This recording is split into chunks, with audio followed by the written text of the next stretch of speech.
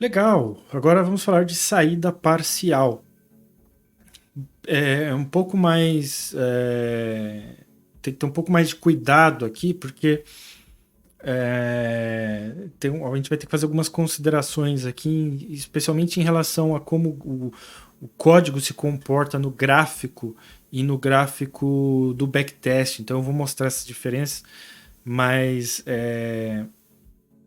eu também vou pedir para que você, caso venha encontrar alguma situação onde o código não parece estar ok, né, para a gente discutir lá no grupo do Facebook, porque às vezes é muito difícil também você considerar todos os possíveis cenários, né, dentro das possibilidades do que pode acontecer com o preço, com o ativo, enfim. E às vezes você não leva em consideração algum fator, né, que você só vai perceber quando você realmente vê acontecendo, né? E aí você tem que ajustar o código para contemplar, vamos dizer assim, esse cenário. Então é um teste meio inicial, parece que está funcionando, mas eu peço que você faça testes aí também, se verificar algum problema, né, para a gente conversar. Então, agora a gente tem algumas alterações aqui nas nossas constantes, tá? Você vai ver que a gente tem um alvo parcial, que vai ser calculado em Fibonacci, e um alvo final, tá? A gente tem um lote total e um lote parcial, né? E como que vai funcionar isso, né? Então, se a gente olhar aqui, a gente acrescentou uma variável chamada B só para armazenar o nosso valor de buy position, tá? Note a diferença, né? Que a gente usou, por exemplo, no break-even, que a gente usava o buy price, né? O buy position é justamente, né, a função que a gente usa aqui, né, para verificar quantas posições a gente tem aberta, né? Então, eu vou usar também aqui para determinar, né, o que fazer, né? E como que a gente vai fazer isso? Note que o resto da estrutura é muito parecido, tá? O grande segredo está então no fato de quando a gente for fazer o cálculo dos valores de alvo, note que agora eu tenho dois alvos. O meu alvo 1 é justamente o meu alvo parcial, né? Então, quando eu faço a amplitude vezes o alvo Fibonacci, agora eu uso o valor parcial. E tem um alvo final. Importante, alvo parcial tem que ser menor que o alvo final, né? Afinal, a gente quer que na metade do caminho, vamos dizer assim, né, a gente realize alguma parte de lucro para chegar num alvo final que vai estar, no caso da compra, né, vai estar acima, né, deste alvo parcial. Então, leve isso em consideração, né? O nosso alvo final sempre tem que ser maior que o nosso alvo parcial. No lado da compra, no lado da venda seria o inverso, né? E na hora de fazer a compra, fazer a abertura de posição, e eu vou mostrar, vamos pegar este exemplo aqui, ó.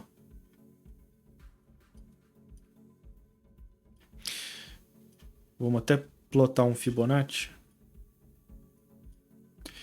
Note que quando eu faço a abertura de posição, né, eu faço uma abertura de posição usando a quantidade de lotes total vezes o lote mínimo que esse ativo permite.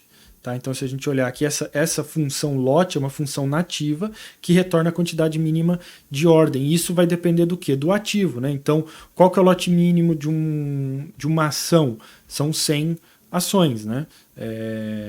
O lote cheio. Né? Mini índice. O lote mínimo é 1, né?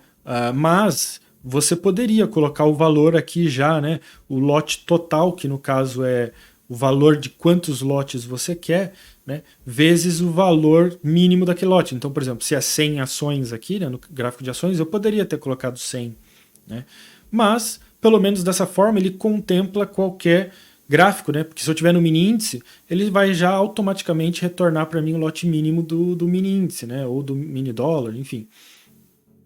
Então, eu não preciso fazer isso, né? Agora, eu preciso especificar aqui no meu lote total parcial quantos eu quero. Sempre lembrando também, obviamente, meu lote total tem que ser maior que meu lote parcial, né?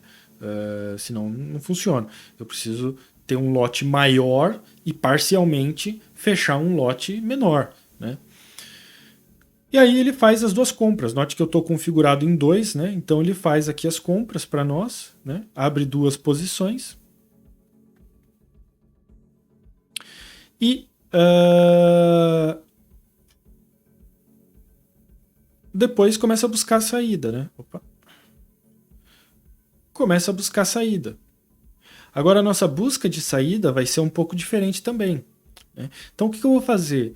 Se o meu B, que é o nosso a quantidade de posição que eu tenho, né, for igual ao meu lote total, ou seja, eu estou posicionado com tudo ainda, né, eu tenho todas as minhas posições abertas, né, todos os meus lotes estão abertos, o que eu faço? Eu vou tentar vender a limite, né, que é meu ganho, no meu alvo 1, que é meu alvo parcial, né, que a gente conversou aqui, meu alvo parcial.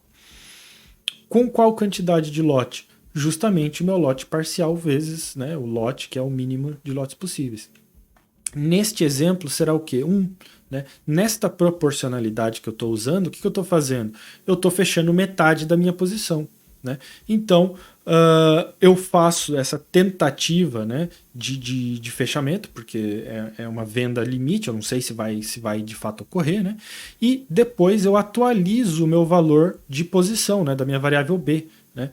E aí eu pergunto se o meu B agora é igual ao meu lote total menos o meu lote parcial, que é o que? O que sobrou. Né? Claro, neste exemplo é óbvio, né? Porque eu estou usando 2 para 1, mas eu poderia usar, sei lá, 4 para 1. Né? Aí eu teria um lote ainda aberto de 3 posições, né? Para finalizar, né, no meu alvo final. Então eu deixo ele calcular automaticamente para mim, né? Mas basicamente é dizer que o que eu estou buscando aqui, né, é saber, eu tenho agora o que sobrou, né? O que eu tenho aí de posição em aberto? É o que sobrou? Se for, eu vendo o limite agora no meu alvo 2, né, que é o meu alvo final, e aí vou ter que ir um pouquinho para a direita aqui, porque ficou muito grande, né? Mas com quantas posições, né, que eu fecho agora? Então vamos apagar aqui, ó. É com o que sobrou, o lote total menos o lote parcial, vezes o meu lote, para ele calcular automaticamente, né, para mim. Né?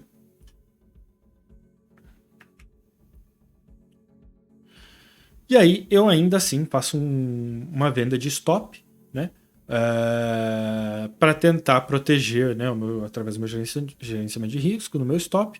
Só que, claro, eu uso o valor de B vezes o lote. Por quê? Porque eu não sei quanto que eu tenho. Eu não sei se eu já realizei parcial. Eu não sei se eu ainda estou com o meu lote todo, com a minha posição inteira aberta. Né? Pode ser que meu stop atinja logo depois da abertura, ou seja, eu ainda estou com o meu lote, com a minha posição completa aberta. Pode ser que o meu stop ocorra após eu ter realizado pelo menos o meu parcial. Então, ele, para evitar problemas, ele faz, olha, veja o que tem sobrando aí e fecha. Né? A mesma coisa é naquela nossa proteção, né, que a gente discutiu sobre a proteção de gaps. Né? Ele usa o close position. O close position é bom nesse caso porque ele vai fechar o que quer que esteja aberto. Né? Mas, lembrando, com uma ordem a mercado. Né? Agora, se a gente pegar um outro exemplo aqui, e aqui você vê que deu certo, né? Você vê que a gente fechou metade em 161 e a outra posição em 300, né? Que foi os alvos que a gente definiu. Alvo parcial 161, alvo final em 300. Agora, quero te mostrar aqui um outro exemplo. Se a gente for um pouco para trás aqui. Aqui, só para mostrar, né? Nada a ser feito, não rompeu a máxima, nenhuma posição a abrir. Nada a ser feito, não rompeu a máxima, então segue o jogo. Aqui, rompemos, abrimos posição. Se a gente olhar, né, ele foi lá em 300, mas cadê o meu 161?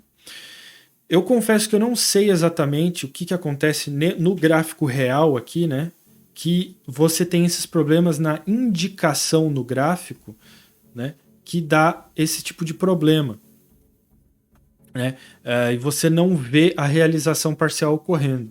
Eu não sei exatamente o que poderia ser. Tá? No gráfico do editor, então se a gente abrir aqui, ó, misto, e note que agora esse é o gráfico do editor de estratégias, e eu vou abrir aqui o mesmo gráfico, EQTL 15 minutos. Eu vou executar esse código. Note que naquela operação do dia 25, né? Agora eu tenho as minhas duas operações, as duas realizações aqui, né? A parcial e depois a final. Né? Aqui nada a ser feito, né?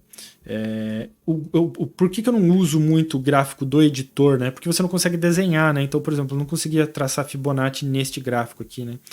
E aí eu acho que atrapalha um pouco. O máximo que eu posso fazer é usar aqui a ferramenta de mão, né? Ou de ponto cruz aqui. Mas de qualquer forma, né? A segunda forma de você validar se está tudo funcionando é usar as próprias estatísticas e olhar nas operações, tá? Então, se a gente abrir aqui as operações, eu vou reduzir para 100, né? Você pode ver como é que o código está se comportando, né?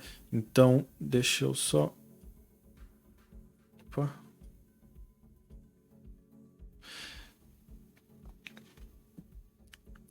Puxar para cá. Note que você vê que eu diminuí a quantidade para 100, que é o lote mínimo, né, de ações. Então, quando a gente fez lá, né, 2 vezes o lote mínimo, que é 100, né, você vê que justamente são 200 ações. Né? Então, porque normalmente ele usa, acho que 500, né? Então, eu gosto de voltar aqui para 100, né, que é o lote mínimo. E note que em alguns momentos ele vai fazer o quê? Ele vai, vamos deixar até lado a lado aqui, ó. Você vai ver em alguns momentos 100. Por quê? Se a gente olhar nesse dia 23, ele está se referindo a essa posição aqui, a essa operação aqui. Então você nota aqui que, cadê o dia 23? No dia 23 houveram duas operações, né? A primeira que desenvolveu, a última aqui, né, já no final do dia, que desenvolveu das 16 horas aqui, ó, você vê 200, né? Agora, a das 13h30, que é essa primeira aqui, né, ele deu um stop sem realizar parcial e deu um stop correto aqui na mínima, ó, né, aqui na mínima, certinho.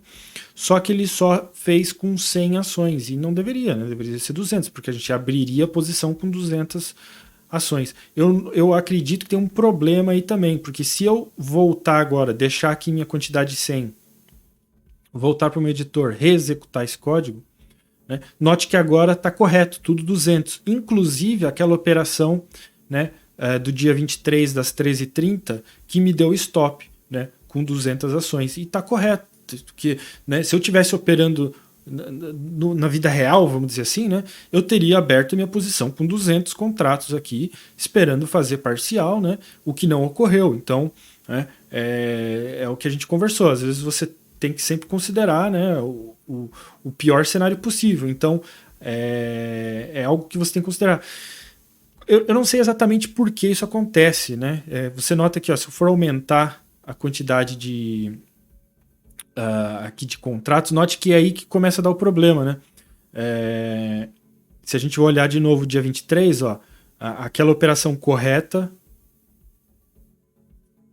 400 e depois 200, né?